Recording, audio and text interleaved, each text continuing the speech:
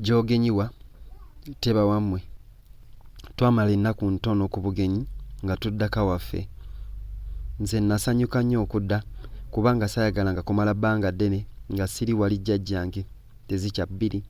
Jjajja yatulabirako eri ng'akuba kaluulu ng'ajja atulamusa nga yeeziribanga ng'atukulisa ekkubo taludde yeekerebenze yeejaze akikiitanye akataayi okusala oluggya ng'emmere yayidde dda nga asoosootola lulatta lwaffe nga tumiringusa ennoga tuyisa kuli kalanga lwali luvuutu lwa ddigobe nga kuliko n'emikalo gy'embogo egirungiddwamu ennyaga.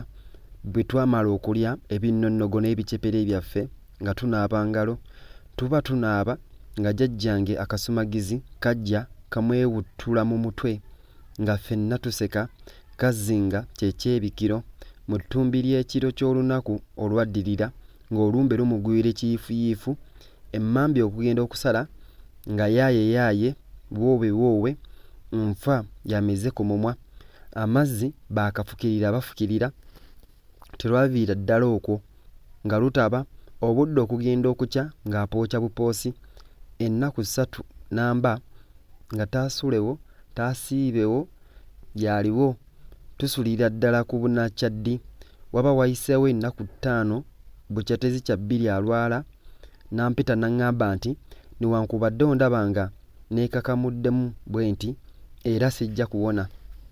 Bwe yassa kino n'akukunulayo kyafa kirina kiyiye emitwetwe mu kigugu n'aggyamu akati n'akankwasa nti kano okakuumanga bulungi buli lw'onoobanga olabye nga oli mu buzibu nga okakoonako obeeranga muzira obanga musaasizi era obanga mwesigwa osonyiwanga abakukoze obubi n'abakuwalana olijwetwekako bingi by'otokoze era balikwogerako bingi ebyanjwanjwa naye tobifangako kasita nga tobikoze.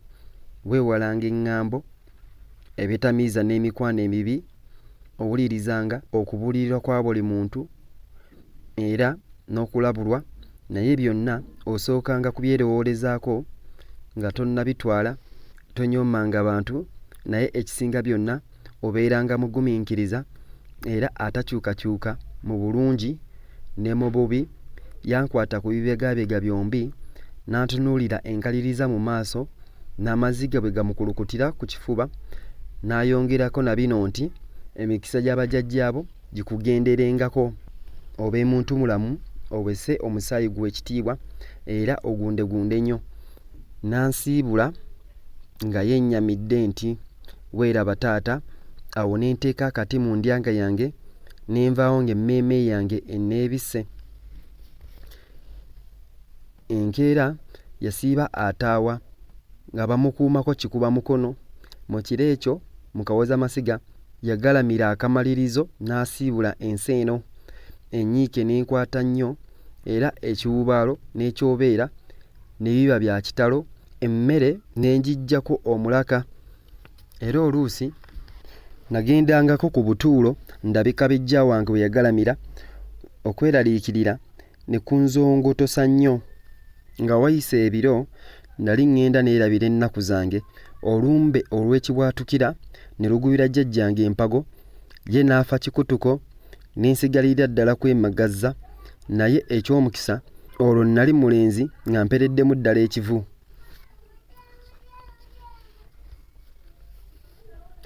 Olunaku kitange ayitibwa Kijjo lwe yajjirako ndujjukira ddala bulungi nga luli olwajjo. Omanyi waali waakayitawo eddaza limu bukya twabye olumbe lwa jjajjange empago tuba tuli ku kyamisana Kijjo n'atuuka. Kijjo yali mulangaatira gwa musajja atuludde eyanywa amazzi. Omutwe gwe gwali gwa kisoga, enviiri ze zaali zaakawembawembamu, amaaso ge gaali manene matwakaavu mu kiwanga nga gamwesimbyemu bwesimbi nga mulungula mamulungule. Ennyindo ye yali ŋŋanda, emabega we nga wannakokuliri, amatu ge nga mamagalavu, emimwa gye gyali minene, amannyo ge nga gambazzi, ensingo ye yali ngugubivu, engalo ze n'ebigere byali byambidde ate ekyenyi kyo nga kyampumi yatambulanga aziinuuka era ng'abaligamu ate yayogeranga asabuliza, yatuuka asaabanya enfuufu ng'ebigere bimukappye era nga bigubasiridde ddala. Bwe yatuuka waka n'agaana okwanirizibwa wabula ng'amaze okulya, awo n'agwa wali ku kigugu ekikoowukoowu. Bwe yamala okuvumba eddigobe n'okwekatankira amazzi ne yeebakamu. Bwe yazuukuka n'ategeeza nga bwanzirukidde antwala ewaabwe. Newankubadde yannyonnyolwa nga jjajja bwe yali annaamidde obutava mu maka ago, ebyamunnyonnyola byonna byamuyita ku nviiri. N'ankwata omukono n'agutulugunya nnyo. Bwe yaguta n'ambuuza nti, "Omulenzi wamma, nawe toyagala kugenda nange?" Bwe nali munnyonnyola ku bintu byange jjajjange bye yandekera nga bwe sandyagadde kubereka, n'abimmizisa nti sirika. Ebyo tobiddamu era sibiwuliza. Olowooza ewaffe teri bintu? Olidda ng'omaze okulaba ewaffe ne baganda bo ne bannyoko. Yandagira neetegeke nga enkya bwe twali tujja okugenda naye. Nasula seebase nga ndowooza kye mba nkola naye nga tekirabika. Obudde bwe bwakya n'andagira okwettikka omugugu gwe. Bwe namala okusiibula abammanyi n'ambigika omugugu. Mu maka omwo mwe nakulira okufuuka omulenzi n'envaamu bwe ntyo nga nnyolwa. Olugendo lwali luwanvu nnyo era nze kata lunsuule eŋŋanzi. Twatambula ennaku 5 ne tulyoka tutuuka ewuwe ku kyalo ekiyitibwa Tabukutira. Ensi gye twayitamu yali ya malungu, nkoola n'ensenyi era ng'erimu ebibirabira eby'olumaggamagga. Nagenda n'effumu n'olunyago ebyengera jjajjange empago bye yampa ng'ogasseeko omuggo gwange bwe twaziraba ogwali ogwa kitange n'ensawo y'eddiba lya kayaayu eyali eyammange. Omwali akati jjajjange tezikyabirike yampa. Twatuuka tufumye nze nga n'amaaso gantalaze. Batulengerako eri emizira ne gitta. Ne bajja ne bawembejja nannyinimu nange ne bantikkula omugugu. Tuba tuggweera tuti mu nnyumba. Enkuba bikokyo eyalimu n'amayinja n'etonnya sinziggu. Kitange ono kijjo yali musajja sirya mpooli ddala, seggaali bifeekeera. Yalina abakazi 30, abaana ab'obulenzi be nalabako 10, ab'obuwala 30, n'abaddu n'abazaana nfaafa. Naye nze nakyewuunya nnyo okulaba bwe yaleka awo abaana abangi batyo awaka n'abaddu, ye n'amala asiyagguka obw'omu okunzirukira. Kitange ono yanjagala nnyo n'ambiita bya kitalo newankubadde nga baali balimbwa nango ne muganda we. Kitange yennyini bwe yafiira. Okunjagala okwo ne kuleetera abakazi abaalina abaana ab'obulenzi ku luggya okunkyawa era n'abaana ab'obulenzi bennyini ne bannyinaabwe ne bankyawa. Mpozzi baalowooza nti nnyinza okubatwalako obusika. Kyokka waaliwo omukazi omu nassaza eyalina omwana omu ow'obuwala kw'omunaku. Ye yanjagalanga wamu n'omwana we okuva lwe natuuka okutuusa lwe navaayo. Bulijjo yansaŋŋanga ne muwala we nti weesiimye okwefunira balo kw'omunaku munno. Newankubadde nga ye omuwala yampitanga zinunula, erinnya nange eryansanyusa ne ndikozesa okutuukira ddala mu bukadde bwange. Nze mu kusooka nali mpitibwa mu yeeye. Nga wayiseewo amazooba mabale ne batandika okunkijjanya n'okunsojjasojja ku luwonzi. Namanyira ddala ng'obulwa n'eminene n'endolooto bize. Mu bonna omukazi kaddulubaale yankyawa okunsiiwusa ennyi. Olumu nalinnya omwana w'akagere mu butanwa. Omwana n'akaaba n'alaakiira nti wuuno ankubye. Omukazi ono n'ajja nvuma n'anziguliza. Leero nkugambye buli kyasobanga awaka ng'akiteeka ku nze. Laba omwana wa nnyinimu bitigibina omuganzi gw'atiribwosa byakoze nga atigumbula eri egyo. Bwe nabanga ng'amwanukula n'ambwatukira nti olaba n'endalage y'omwana bwe ndaba mu kamwa. Omwana ono alimu kasiiko mu mutwe. Bwe nasirikanga nti lulabe oluwuguwugu olutooletole oluziribongo. Bw'olugamba lumumunyala luti bumumunyazi. Bwe natuulanga ku ssubi nga yandabye dda, nga ndaba nti lukitawe lugenda kuba lugulu lumpemempeme, nze ndulabye temugenda kuba muntu. Bwe natuulanga ku ddiba ng'alinkwakulako nti mpa eno eddiba lyange, muno tojjangamu na maliba. Bwe twabanga tulya nga nnyinimu taliiwo, omukazi oyo ng'atandika okunvuma nti so olulenzi nga ettooke lulisontera bulala lulimira bukago. Ye bannange lujjidde lulye ng'ekinyeenya nga lukyali luto, mukazi waalwo teruumulyengamu amaaso, waakwesiba bbiri oyo.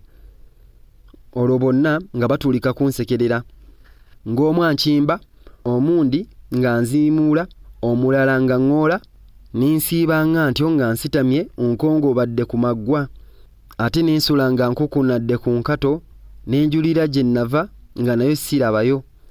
Omukazi kaddulubaala oyo yali nnalukalala, enkerettanyi, kasalabecca ataggwa ku bijjulo.